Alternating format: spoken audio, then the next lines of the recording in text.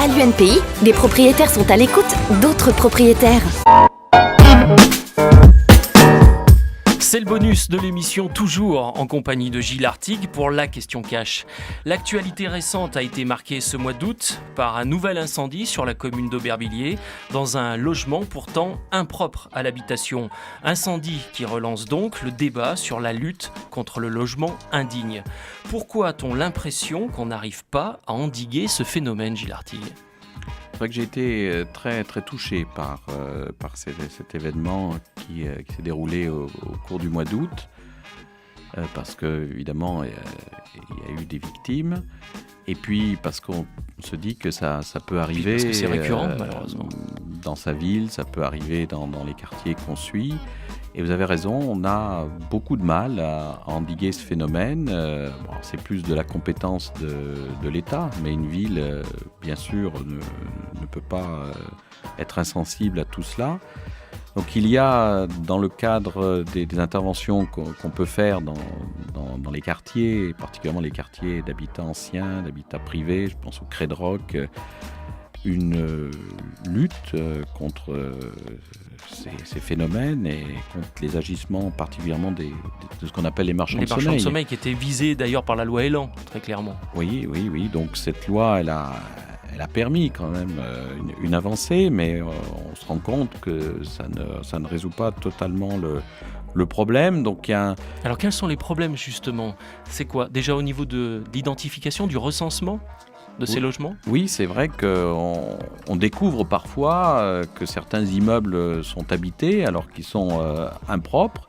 Donc il faut tout de suite, évidemment, procéder au signalement. Lorsque les propriétaires concernés sont identifiés, il y a quand même des interventions de la justice qui peuvent être lourdes.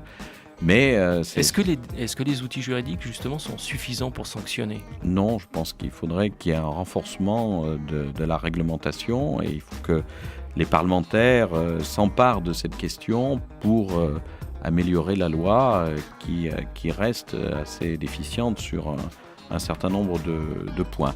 Il me semble que la situation s'est améliorée, particulièrement à Saint-Étienne, mais qu'il y a encore des gens qui profitent aussi de la misère. Lorsque des populations arrivent dans notre ville et se retrouvent dans des situations assez désespérées, eh bien, il y a donc la mise à disposition de logements qui sont totalement indignes.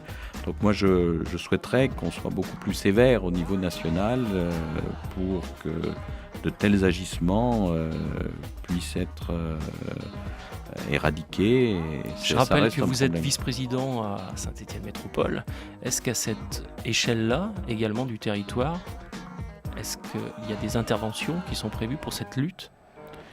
Oui, alors c'est plus mon collègue Jean-Claude Charvin qui suit cette question, qui a donc la compétence plus propre sur les questions de logement et d'habitat, mais ça fait partie des questions que nous avons intégrées dans le cadre de notre plan local de l'habitat. On en est à une troisième phase du plan local de l'habitat. D'accord.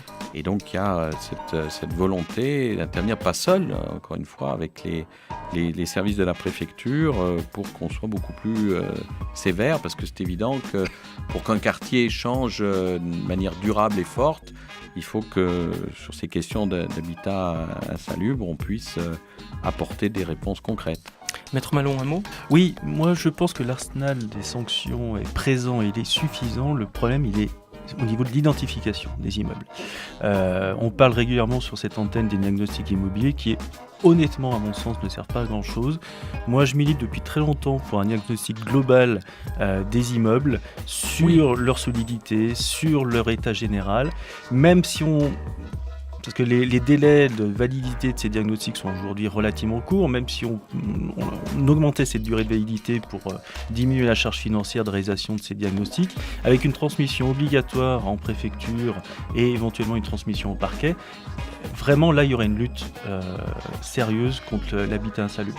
Les sanctions, elles existent. Les parquets poursuivent régulièrement. Vraiment, c'est l'identification des immeubles à risque qui pose souci aujourd'hui. Gilles Artigue, une conclusion, un commentaire sur ces propos ? Oui, je suis suis d'accord avec vous. On a déjà travaillé à travers des observatoires qui peuvent être mis en place sur nos différents quartiers, mais je pense qu'il y a nécessité, peut-être aussi avec vos professions, de pouvoir travailler pour identifier de manière un petit peu plus précise les cas les plus préoccupants. Voilà, c'est la fin de l'interview. Merci Gilles Artigue pour toutes vos réponses. Merci. Maître Malon. Merci. À très bientôt pour parler d'IMO.